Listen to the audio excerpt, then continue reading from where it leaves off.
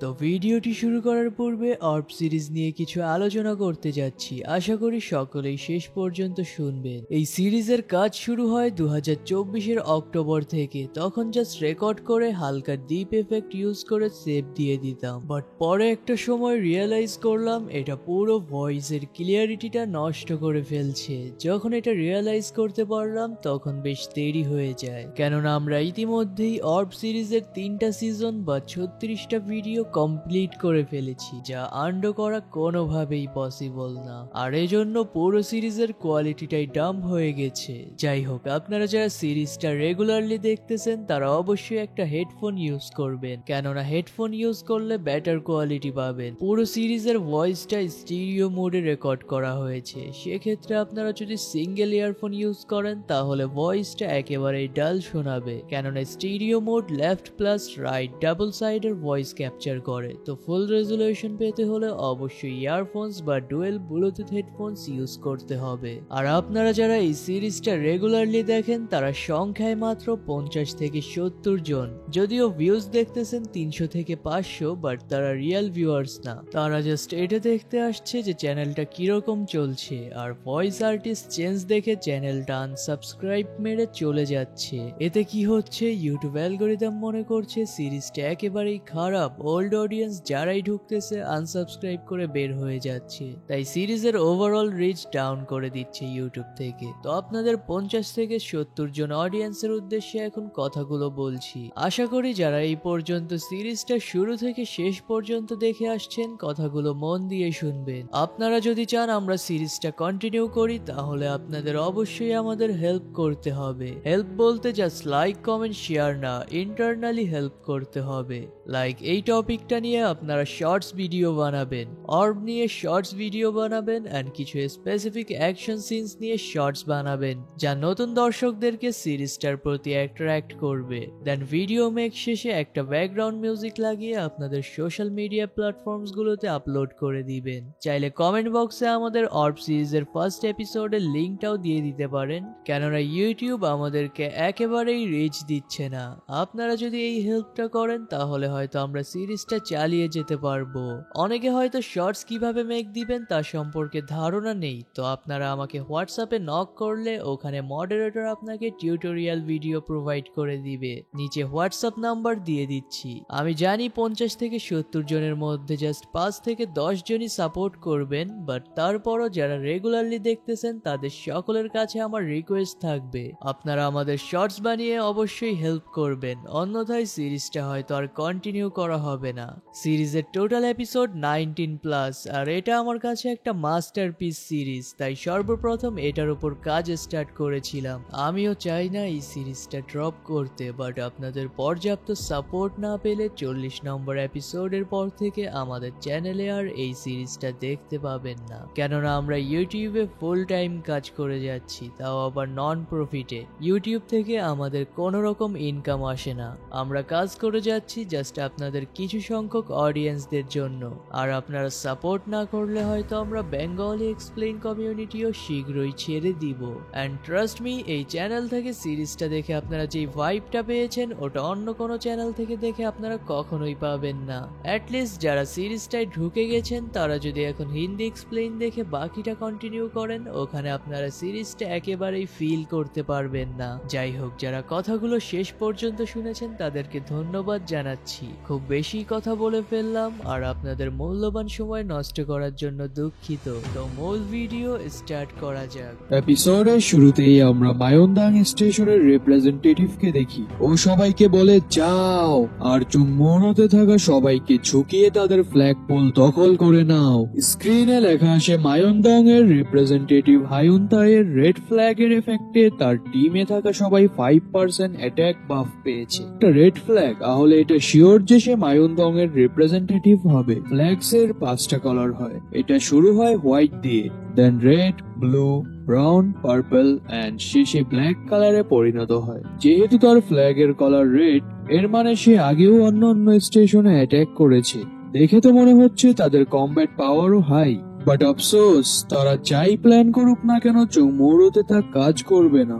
আমরা গং পিল্লুকে দেখি ও রেগে arm zone and private land level 6 activate করে আর মায়নদাং এর লোকেদের ওপর ফায়ার করে দেয়। লোকেরা বলে চুংমুরোতে এরকম কোনো পাওয়ার আছে, এটা তো আমাদেরকে আগে বলা হয়নি। আয়ন্তা সবাইকে সরে আসতে বলে, এভরিওয়ান রিট্রিট, সবাই পালাও এখান থেকে। তখনই দগজা এথার ব্লেড অ্যাক্টিভেট করে ওদের সামনে চলে যায় আর বলে, কোথায় যাচ্ছ তোমরা? এটা বলেই একটা স্ল্যাশ করে আর ওর সোয়ার্ড থেকে এক্সট্রিম ফায়ার অরা রিলিজ হয়। মায়নদং এর লোকেরা জ্বলতে শুরু করে আর তাদের লিডারের হাত থেকে ফ্ল্যাগটা নিচে পড়ে যায়। সিন শিফট হয়, আমরা মায়নদং এর সব লোকেদের আহত হয়ে ফ্লোরে পড়ে থাকতে দেখি। গং পিল্ডু তার সামনে ফ্ল্যাগ দেখে তা নেওয়ার জন্য ছুটে যায়। দগজা বলে, হেই গং পিল্ডু, তুমি কি চাচ্ছ আমি আবারও তোমার উপর পা রাখি? গং পিল্ডু দগজাকে গালি দিয়ে ওপরে চলে যায়। দগজা ফ্ল্যাগটা হাতে নেয় আর স্ক্রিনে লেখা আসে, আপনি মায়নদং স্টেশন গ্রুপের ফ্ল্যাগ পেয়েছেন। আপনার বেসিক হোয়াইট ফ্ল্যাগকে ইভলভ করে রেড করা হলো।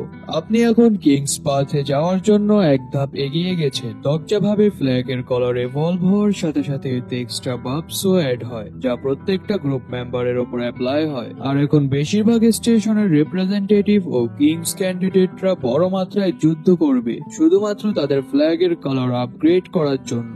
এরপর নিচে একটা মায়নদাং এর মৃত লোককে দেখে ভাবে, তাদেরকে তো এখন প্রশ্নও করতে পারবো না যে তারা এসব ইনফরমেশন কোথায় পেল। আয়ুসং ও সাংহা আবার কাং লিহনকে নিয়ে স্টেশনে চলে আসে। সিন শিফট হয়, আমরা দেখি সাংহা তার থ্রেডস দিয়ে কাং লিহনকে বেঁধে রেখেছিল আর কাং লিহন বলছিল, তোমরা আমার সাথে কি করতে চাও? দগজা বলে, এটা তোমার উপর ডিপেন্ড করবে যে তুমি আমাদেরকে যে ইনফরমেশন গুলো দিবে তা যদি ইউজফুল হয় তাহলে তুমি বাঁচবে, আর না হয় আমি তোমাকে মেরে ফেলবো। কাং লিহন কিছু বলে না। দগজা তার এথার ব্লেড বের করে বলে, আমি জাস্ট 3 পর্যন্ত গুনবো, এর মধ্যে যদি তুমি মুখ না খোলো তাহলে তোমার বডি থেকে মাথা আলাদা করে ফেলবো আমি। 1 2 3 বলেই দগজা ওর মুখের সামনে শট নিতেই ও বলে, দংমিও স্টেশন। ওখানে কিছু লোক ছিল যারা আমাদেরকে ইনফরমেশন দিয়েছে চুংমুরো স্টেশন সম্পর্কে। তারা নিজেদেরকে প্রফেট বলছিল। এতটুক বলতেই ওর বডিতে কিছু একটা হতে শুরু করে। এটা দেখে দগজা বুঝে যায় যে কি হচ্ছে আর সাংহাকে বলে, দ্রুত তোমার থ্রেডস দিয়ে ওর মুখটা বেঁধে দাও। এরপর বলে, আমি ভাবিও নি যে ওরা সাজেশন স্কিল ইউজ করবে ওর উপর। সাজেশন স্কিল এর মাধ্যমে ইনফরমেশনকে সিল করা যায়। সিন আবারও ডানজনের টপ ফ্লোরে শিফট হয়। দগজা ওখানে গিয়ে বলে, ওই সালা কি এখনো ওঠেনি? হঠাৎ কারো কথার শব্দ শুনে জিহি আতকে ওঠে আর বলে, স্টেশনের কি অবস্থা? দগজা বলে, রিল্যাক্স, ওখানটা আমি সামলে নিয়েছি। জিহি বলে, কিন্তু মাস্টার কি ঠিক আছেন? দগজা বলে, হ্যাঁ, সে এখনো হয়তো কিছুটা ট্রমার মধ্যে আছে, আরো কিছু সময় রেস্ট নিলে তা এমনি ঠিক হয়ে যাবে। আর এই সালার চেহারা দেখে যতটা ভালো মনে হয় সে মেন্টালি ততটাই দুর্বল, কিন্তু সে একটা ভালো বিশ্রাম নিলে সুস্থ হয়ে যাবে। তুমি বরং আরো কিছু সময় তাকে দেখে রাখো। জিহি বলে, আপনি এমন ভাবে কথা বলছেন যেন আপনি তাকে খুব ভালোভাবে চেনেন। দগজা বলে, হ্যাঁ, আমি তাকে এই বিশ্বের অন্য যে কারো থেকে ভালো জানি। এরপর একটা কাগজে কিছু একটা লিখে জিহিকে দেয় আর বলে, চংহিউক যখন জাগবে তখন তাকে এটা দিও, আর ভুল ক্রমেও এটা খুলে দেখার চেষ্টাও করবে না। জিহি বলে, ঠিক আছে। আর দগজা ভাবে, আশা করছি আমি কাগজে যেই কথাগুলো লিখেছি তা কনস্টেলেশনসরা ব্লাড দেখছে। স্ক্রিনে লেখা আসে, কনস্টেলেশন গোল্ডেন হেডব্যান্ড এই ব্লাড লেখাটাকে হেড করছে। জিহি বলে, আমি কি আপনাকে একটা কথা জিজ্ঞাসা করতে পারি? দগজা বলে, হ্যাঁ বলো। জিহি বলে, আজ সকালে আপনি আর মাস্টার যখন ফাইট করছিলেন, দগজা ভাবে, ওয়েট, জিহিও কি আমার কথাগুলো শুনে ফেললো নাকি? শিট, আমার জবানটা একটু বেশিই চলেছিল তখন। আমি তো এটা ভুলেই গিয়েছিলাম যে আমার আশেপাশে অন্য লোকেরাও আছে। জিহি বলে, আপনাদের দুজন সম্পর্কে। জিহির কথার টোন শুনে দগজা আজব রিয়াকশন দেয় আর বলে, কি? জিহি বলে, আপনি যেই কথাগুলো বলেছিলেন তখন। দগজা বলে, কোন কথাগুলো বলেছিলাম? জিহি কিছুক্ষণ চুপ থাকে আর বলে, আপনার অনুভূতিগুলো লুকোনোর চেষ্টা করবেন না। এটা শুনে তো দগজার মাথায় পাহাড় ভেঙে পড়ে যে জিহি এসব কি বলছে। দগজা বলে, তুমি এরকম টোন নিয়ে কি সব আবল তাবল বকছো? জিহি বলে, আপনি ফাইটের সময় মাস্টারকে কিছু কথা বলেছিলেন। শুরুতেই বলেছিলেন, তুমি কি আমাদের প্রথম দেখার কথা ভুলে গেছো? আমি শুধুমাত্র তোমার জন্যই এখানে এসেছি। তুমি কিভাবে বলতে পারো তুমি একা? আমরা একসাথে। আমি সব সময় তোমার পাশে ছিলাম। আশা ছেড়ে দিও না। আমাদের বেবির সম্পর্কে একবার ভাবো। এটা শুনে দগজা বলে, নো, ডেফিনেটলি আমি এরকম কিছুই বলিনি। আর ভাবে এটা কিভাবে সম্ভব, সে এরকমটা শুনলো কেন। জিহি বলে আমি বুঝেছি আপনি আর মাস্টার দুজনে চিন্তা করবেন না, মাস্টার জাগলে আমি ডেফিনেটলি তাকে আপনার লাভ লেটারটা দিব। দরজা তো ওর কথা শুনে কথা বলার ভাষাটাই হারিয়ে ফেলে যে আমাদের ভোলা ভালা উইথ নো কাল ইন্টারেস্ট দরজাকে গে বানিয়ে দিল। স্ক্রিনে লেখা আসে অধিকাংশ কনস্টেলেশনসরা ফিল্টার করা কথাগুলোর পেছনে থাকা সত্য জেনে শকড হয়ে গেছে। কনস্টেলেশন গোল্ডেন হেডব্যান্ড আপনার টেস্টকে রেসপেক্ট জানাচ্ছে। কনস্টেলেশন জাজ অফ ফায়ার আপনার বন্ধুত্বকে লাইক করছে। আর কনস্টেলেশন সেক্রেটারি প্লটার পরিস্থিতিটা নিয়ে হাসি ঠাট্টা করছে। 600 কয়েন্স স্পন্সর পেয়েছেন। দরজা বলে ধ্যাত বাস্টারদের অভাব নেই ডোকাবিট চ্যানেলে, কি সব ভাবছে আমার ব্যাপারে। জিহি বলে ওঠে ওয়েট, সবই ঠিক আছে কিন্তু আপনাদের বেবি কিভাবে হলো। দরজা কাচুম্বাক হয়ে যেতে যেতে বলে সে উঠলে তাকেই জিজ্ঞাসা করে নিও। এরপর নিচে যেতে যেতে ভাবে আমি এ ব্যাপারে যতই ভাবি না কেন আমি অ্যানাক্রফট বাদে অন্য কোনো প্রফেটসদের সম্পর্কে কোন রকম তথ্যই পাইনি। এমনকি নোভেলেও অ্যানাক্রফট বাদে অন্য কোনো প্রফেটের সম্পর্কে মেনশন করা হয়নি। এর মানে এখানে একটাই পসিবিলিটি আছে, তা হলো তারাও আমার মতো রিডার্স যারা কিছুটা হলেও পড়েছে। সিন শিফট হয়, আমরা দরজা হায়ুংসং ও সাংহাকে দেখি তারা মায়ংদং স্টেশন গ্রুপের কাছে যাচ্ছিল তাদের উপর অথরিটি নিতে। হায়ুংসং আবার বলে আমরা এত কম ওয়েপন্স নিয়ে ওদের সাথে কি পেরে উঠবো। দরজা বলে আমরা ওখানে মোটেও ফাইট করতে যাচ্ছি না, আমরা যাচ্ছি মায়ংদং স্টেশনে থাকা লোকেদের আমাদের স্টেশনের আন্ডারে নিতে। যদি আমরা না যাই তাহলে তারা অন্য স্টেশনে থাকা লোকেদের হাতে মারা পড়বে। এটা ভাবতে ভাবতে ওরা সামনে আগাচ্ছিলই তখনই দরজা কিছু একটা দেখে চমকে যায়। ও দেখে মায়ংদং স্টেশনে থাকা সব লোকেদেরকে কে যেন মেরে ফেলেছে। আর একটু সামনে যেতেই দেখে ওখানে স্যুট বুট পরা 3টা লোক দাঁড়িয়ে ছিল। লোকেরাও দরজাদেরকে দেখে আর দ্রুত বাইকে উঠে পড়ে। হায়ুংসং বলে এখানে এসব কি হচ্ছে আর ওই লোকগুলোই বা কারা। দরজা বলে তারা এমন ভাবে চলে গেল যেন তারা আগে থেকেই জানতো যে আমরা আসছি।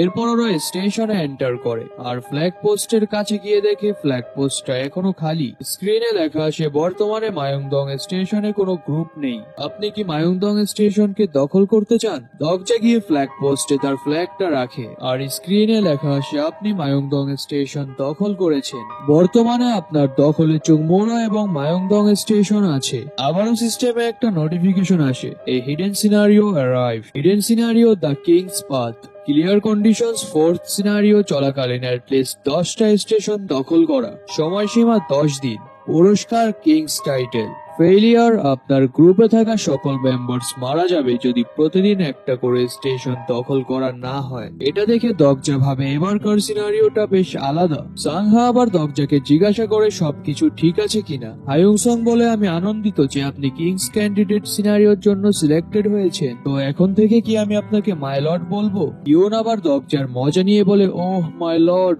এই স্টেশনের দৃশ্য দেখে কি আপনার মনে হয় না যে আমাদের এখন অন্য একটা স্টেশন দখল করতে যাওয়া উচিত। দরজা বলে তোমরা কি মজা নিচ্ছ নাকি আমার সাথে, আমি কি তোমাদেরকে একবারও বলেছি আমাকে লর্ড বলতে। যাই হোক, আমাদেরকে এখন এই অ্যাটাকের পিছনে থাকা মাস্টার মাইন্ডকে খুঁজে বের করতে হবে। আমি প্ল্যান করেছি যে এখান থেকে সরাসরি ডংমিও স্টেশনে যাব। হায়ুংসং, হিউন তোমরাও আমার সাথে যাবে। সাংহা বলে আমিও আপনাদের সাথে যাব। দরজা বলে না, তোমার এখানে থাকাটাই বেটার হবে। এটা শুনে সাংহার মন খারাপ হয়ে যায় আর বলে ঠিক আছে, আমার বোধহয় এখানে থাকাটাই বেটার হবে। সাংহাকে মন খারাপ করতে দেখে দরজা সাংহাকে ডাকে আর বলে একই সময় সবাই সেম টাস্ক করতে পারে না। সাংহা বলে বুঝেছি আমি। দরজা বলে তোমার কি মনে আছে আমি যে স্টেশনে তোমাকে একটা কথা বলেছিলাম যে দরজা বা একা হিসেবে আমি আমার জীবনটা রিডার হিসেবে কাটাবো, আর তুমি বলেছিলে তোমার জীবনটা নিজের মতো করে কাটাবে। সাংহা খুশি হয়ে লাফিয়ে বলে হ্যাঁ আমার মনে আছে আপনার কথাগুলা, ইভেন কথাগুলো আমি আমার নোটপ্যাডে লিখে সেভ করে রেখেছি।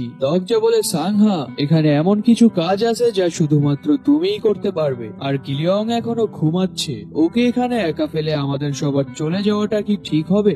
এমনিতেও আমাদের একজনকে এখানে থাকতে হবে যাতে আমাদের প্ল্যানে কোনো রকম চেঞ্জেস হলে তাকে জানাতে পারি। এরপর আবার আমাদের হোয়েনহো স্টেশনও দখল করতে হবে।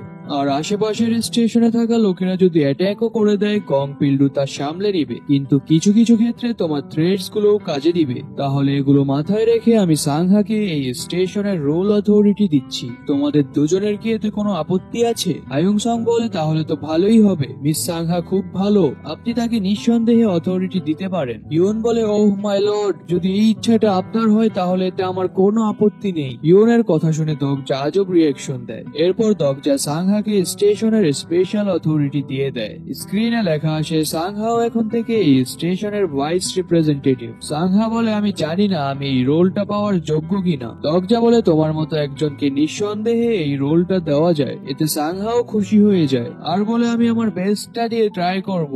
সিন শিফট হয়। দগজা বলছিল সবকিছু ভালোভাবেই গেল, কিন্তু তারপরও সাংহাকে কিছুটা ডিপ্রেস দেখাচ্ছিল। আর আমি তাকে ওই রোলটা এজন্য দেইনি যে তাকে আমি বেটার ফিল করাতে চাই, সে আসলেই ওই রোলটার যোগ্য।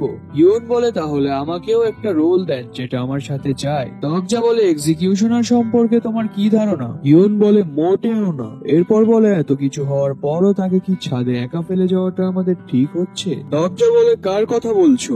জং হিউ? ইউন বলে হ্যাঁ ঠিক ধরেছেন। দগজা বলে আশা করছি সে ঠিক আছে। ইউন বলে আপনি সবসময় এরকমটা প্রিটেন্ড করেন কেন যে আপনি তার খুব ক্লোজ? দগজা বলে তোমার কি ভাই বোন আছে? ইউন বলে হ্যাঁ একটা ছোট ভাই আছে, হাই স্কুলে পড়ে। কিন্তু কেন? দগজা বলে তার সাথে তোমার সম্পর্ক কেমন? যখন সে স্কুলে ঝামেলা করে তখন আম্মুর পরিবর্তে আমাকে স্কুলে যে স্যারদের কাছ থেকে কথা শুনতে হয়। দগজা বলে এত কিছু হওয়ার পরও তুমি তাকে নিয়ে ভাবো তাই না? হিউন বলে হ্যাঁ তা তো অবশ্যই, যত যাই হোক সে আমার পরিবার। আপনারও কি ভাই বোন আছে?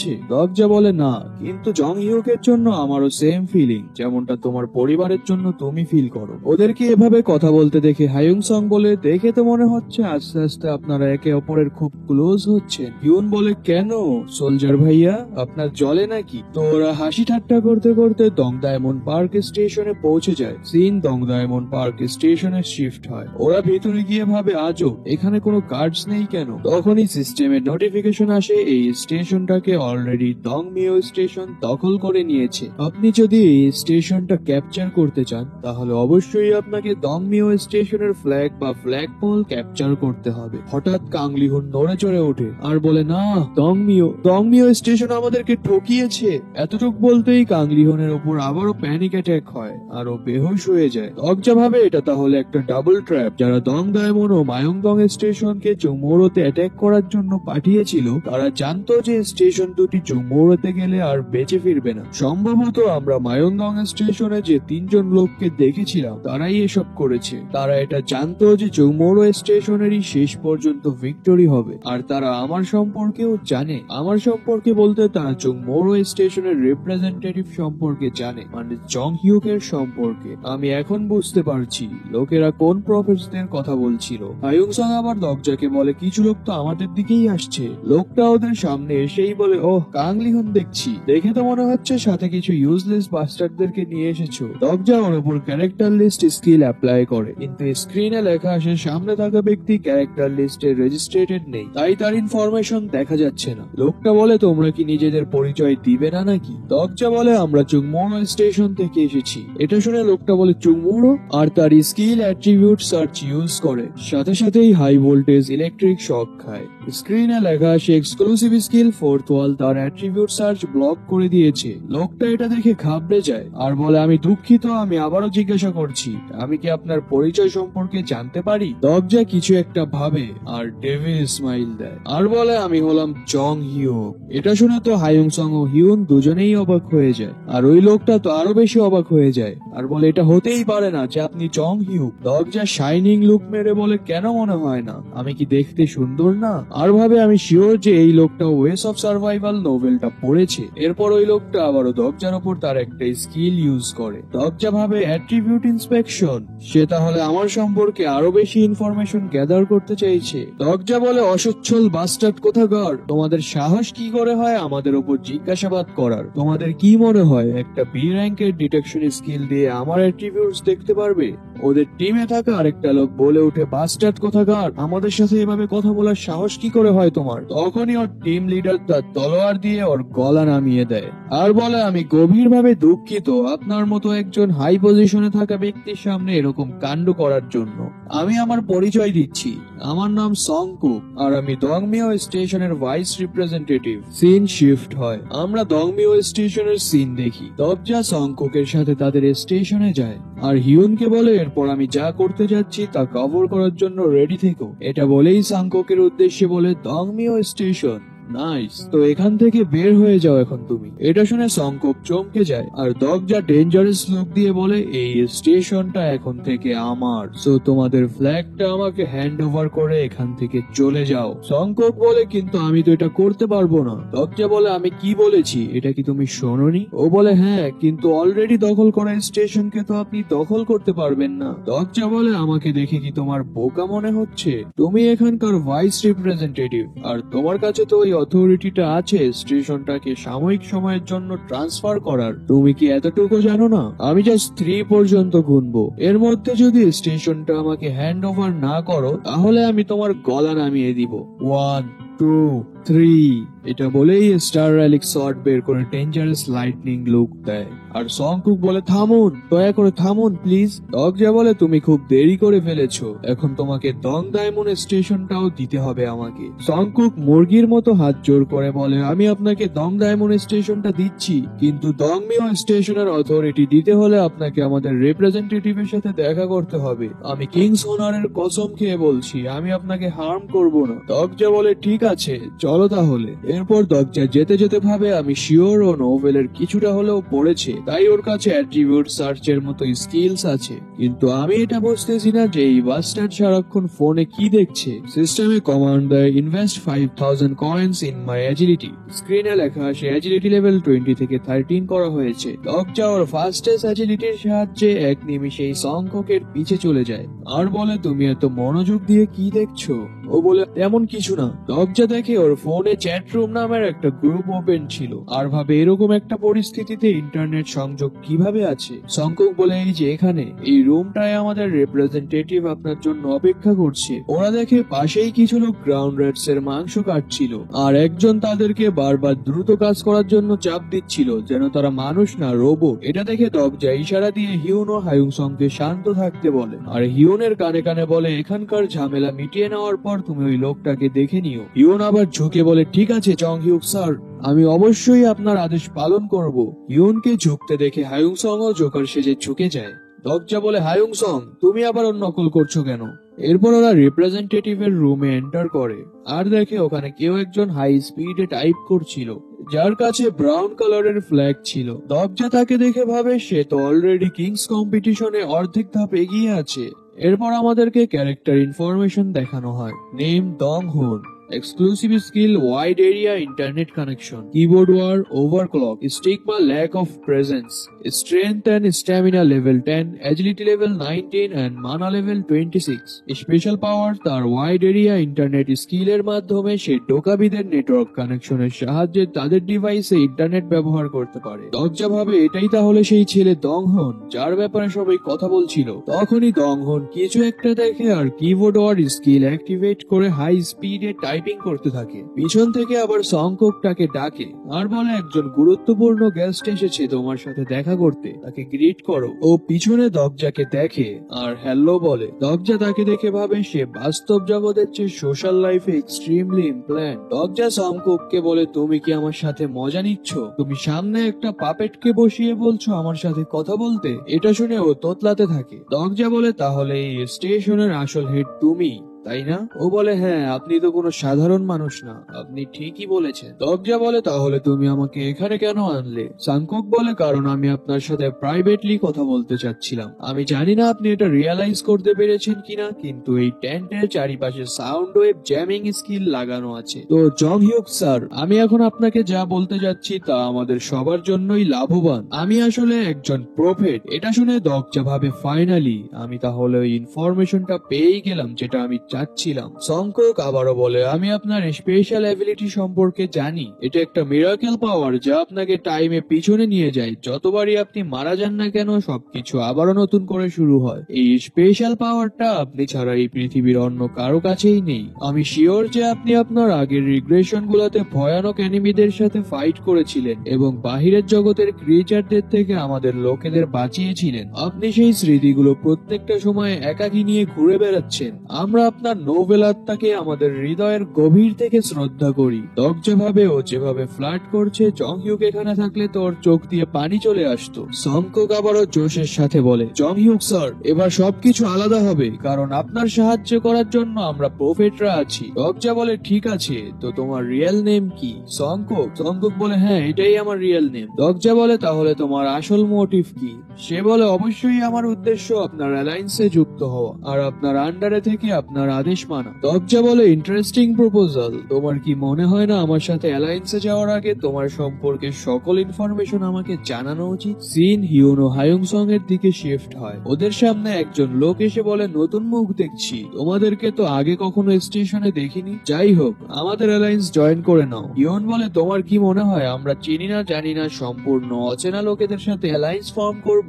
লোকটা বলে, তোমাদের কি মনে হয় তোমরা আমাদের স্টেশনে এসে যা খুশি তাই করতে পারবে? হিউন বলে, তুমি কি আমাদের সাথে ফাইট করতে চাইছো নাকি? লোকটা বলে, কি? আর দুজনকে চোখে চোখ রেখে দেখতে থাকে যেন কেউই কারো থেকে কম যায় না। আবারও সিন দরজার দিকে শিফট হয়। সংকক দরজাকে বলছিল, আমি তো আমার আইডেন্টিটি সম্পর্কে আপনাকে সবকিছুই বলে দিয়েছি। দরজা বলে, ঝুঁকো। সংকক বলে, কি? দরজা বলে, ঝুঁকো আমার সামনে আর তোমার সব অ্যাট্রিবিউট সম্পর্কে আমাকে বলো। এটা শুনে সংকক কিছুক্ষণের জন্য স্টিল হয়ে দাঁড়িয়ে থাকে আর চারিদিকে নিস্তব্ধতা ছেয়ে যায়। এরপর সংকক ঝুঁকে যায় আর বলে, আমার অ্যাট্রিবিউট হলো হাইপনোসিস। দরজা ভাবে, তাহলে সাজেশন স্কিলটা কাংলিওনের ওপর ওই অ্যাপ্লাই করেছিল।